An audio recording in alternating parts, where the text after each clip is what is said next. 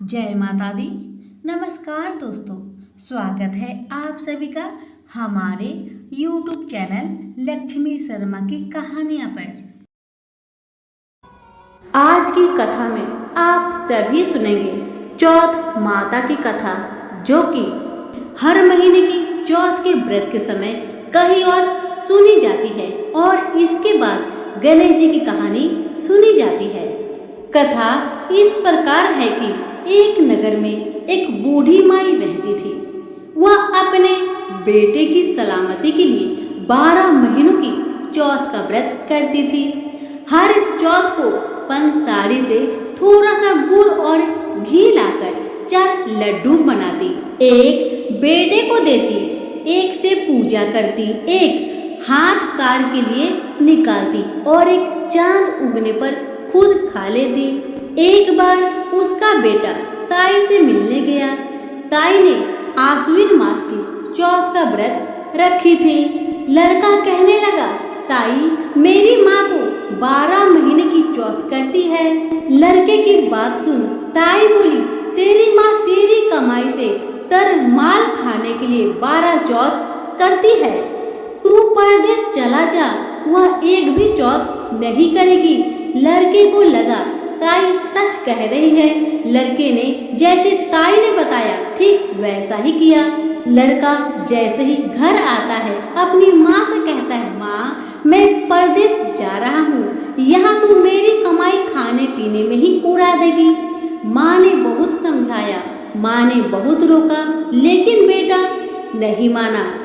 माँ ने उसे साथ ले जाने के लिए चौथ माता की आंखें दिए और कहा, बेटा कोई भी मुसीबत तुम पे आन पड़े तो ये आंखें तुम्हारी मदद करेगी। इस आंखें को तुम संभाल कर रखना। लड़का घूमते हुए एक नगर में पहुंचा।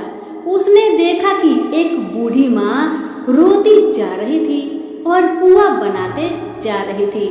उसने कारण पूछा तो बूढ़ी माई ने कहा, बेटा इस नगर की पहाड़ी पर एक राक्षस रहता है।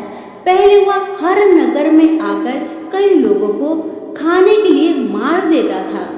अब यहाँ का राजा हर घर से एक आदमी दैत्य के पास भेजता है उसके भोजन के लिए, और आज मेरे बेटे की बारी है, इसलिए मैं रोई जा रही हूँ और अपने बेटे के लिए ही पुए बना रही हूँ, क्योंकि मेरा बेटा को पुआ बहुत पसंद है। बस इसीलिए आज आखिरी बार मैं अपने बेटे को पुए बनाकर खिलाऊंगी। उसके बाद मेरा बेटा पुआ कभी नहीं खा पाएगा, क्योंकि मेरे बेटे को तो राक्षस अपना भोजन बना लेगा। बूढ़ी माई की बातें सुन वह लड़का बोला, माई तू पुआ को मुझे खिला दे, आज तेरे बेटे की जगह मैं चला जाता हूँ। बूढ़ी माँ ने खीर पुए उस लड़के को प्यार से खिलाए। लड़का खा पीकर वह सो गया। रात को राजा के सैनिक आए तो बूढ़ी माँ ने उस लड़के को भेज दिया। राक्षस के सामने पहुंचने पर उसने चौथ माता के आंखें दैत्य की तरफ फेंक कर कहा, हे चौथ माता, यदि मेरी माँ मेरी सलामती के लिए व्रत करती है तो दैत्य का सिर कटकर गिर जाए। और वैसा ही हुआ। दैत्य का सिर तुरंत कटकर गिर गया। लड़का वापस आ गया। राजा ने उसे उपहार देकर विदा किया। चलते हुए एक दूसरे राजा के नगर में पहुंचा। इस राज्य में आवा तभी पकता है जब एक इंसान की बलि दी जाती थी। सिपाहियों ने उसे पकड़कर आवे में चुन दिया। लड़के ने आंखें आवे में डालकर कहा, हे चौथ माता, यदि मेरी माँ मेरे लिए व्रत करती है तो आवा मेरी बलि लिए बिना ही झट से पक जाए। और वैसा ही हुआ। आवा तुरंत पक गया। आवे में से मिट्टी की जगह सोने की बर्तन निकलने लगी। अंदर से लड़का बोला, बर्तन धीरे धीरे निकालना, मुझे चोट लग जाएगी। राजा ने उसे निकलवाया और पूछा, इस आवे से तुम कैसे बच गए? लड़के ने बताया कि उसकी माँ चौथ माता की व्रत करती है, व्रत के कारण ही वह बच पाया है। राजा को इसका यकीन नहीं हुआ। राजा ने एक चांदी की सुराही मंगवाई और कहा कि सुराही की नली से तुम निकल कर दिखाओ, तभी मुझे विश्वास होगा। लड़के ने चौथ माता को याद करके आंखें सुराही में डाले और कहा, हे चौथ माता, मैं भौरा बनूं और सुराही से निकल जाऊं। लड़का भौरा बनकर सुराही से निकल गया। राजा खुश होकर राजकुमारी की शादी उसके साथ कर दिए और सभी लोगों को चौथ माता का व्रत करने को कहे। लड़के के शादी होने के बाद उसे अपनी माँ की याद आई। उसने राजा के पास जाकर खुद के नगर जाने की इच्छा जाहिर की। राजा ने रथ, घोड़ा, हाथी और खूब सारा दान दहेज देकर उन्हें विदा किए। चौथ के दिन अपने नगर पहुंचा। वहां अकेला पंसारी के यहाँ माँ का इंतजार करने लगा। सोचा चौथ है तो माँ यहाँ जरूर आएगी। थोड़ी देर बाद लकड़ी टेकती हुई माँ आती दिखाई दी। लड़के की माँ बूढ़ी होने के कारण उनके आंखों से कम दिखता था। अब लड़के ने जानबूझकर अपना पैर लकड़ी में लगा दिया और कहने लगा, बल रे पूट काटे, मेरे पैर के लगा दी। माँ ने उसे नहीं पहचाना। कहने लगी, भैया मुझे चाहे कितनी गाली निकालो पर मेरे बेटे को कुछ मत कहना। बेटा माँ के चरणों में गिर पड़ा। कहा, माँ मैं ही तेरा बेटा हूँ, मुझे माफ कर दे माँ, मुझे माफ कर दे। माँ ने अपने बेटे को सीने से लगा लिया। नगर के लोगों ने विश्वास नहीं किया कि वही उसका बेटा है।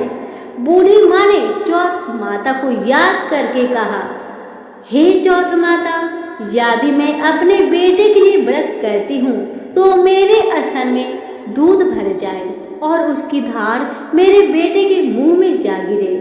माँ के स्तन से दूध की धार निकलकर बेटे के मुंह में गिरने लगी।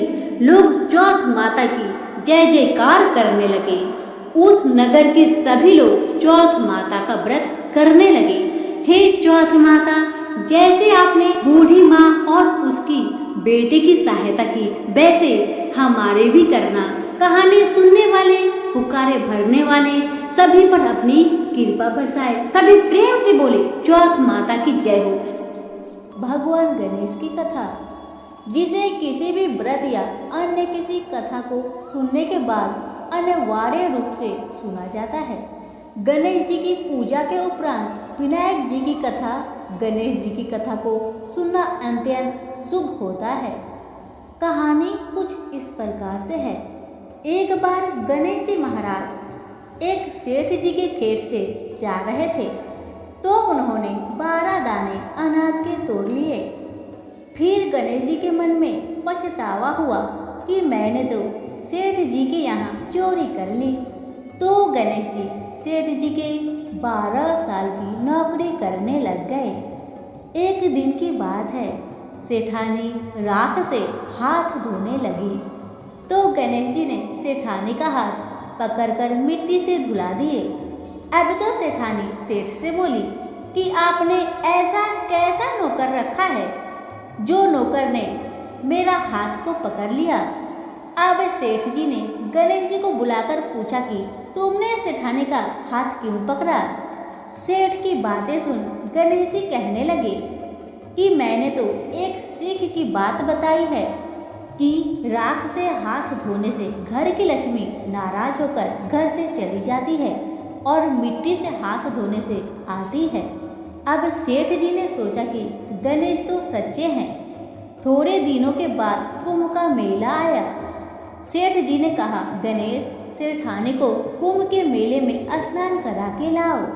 सेठानी किनारे पर बैठकर नहा रही थी तो गणेश जी ने उनका हाथ पकड़कर आगे डुबकी लगाए। घर आकर सेठानी ने सेठ से कहा कि गणेश ने तो मेरी इज्जत ही नहीं रखी और इतने सारे आदमियों के बीच में मुझे घसीटकर आगे पानी में ले गए। तब सेठ जी ने गणेश जी को पूछा कि तुमने ऐसा क्यों किया। तो गणेश जी ने कहा कि सेठानी किनारे बैठकर गंदे पानी से नहा रही थी, तो मैंने आगे अच्छे पानी में डुबकी लगवाकर ले आया। इससे अगले जन्म में बहुत बड़े राजा और राजपाट मिलेगा। सेठ जी ने सोचा कि गणेश तो सच्चा है। एक दिन घर में पूजा पाठ हो रही थी, हवन हो रहा था। सेठ जी ने गणेश को कहा कि जाओ जेठानी को बुलाकर ले आओ। गणेश जी सेठानी को बुलाने गए तो सेठानी काली चुनरी ओढ़कर चलने लगी, तो गणेश जी ने काली चुनरी फाड़ दी और कहा कि लाल चुनरी ओढ़ के चलो। सेठानी नाराज होकर सो गई। सेठ जी ने आकर पूछा क्या बात है, तो सेठानी बोली कि गणेश ने मेरी चुनरी फाड़ दी।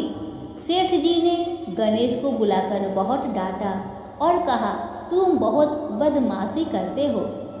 तो गणेश जी ने कहा पूजा पाठ में काला वस्त्र नहीं पहनते हैं, इसलिए मैंने लाल वस्त्र पहनने के लिए कहा।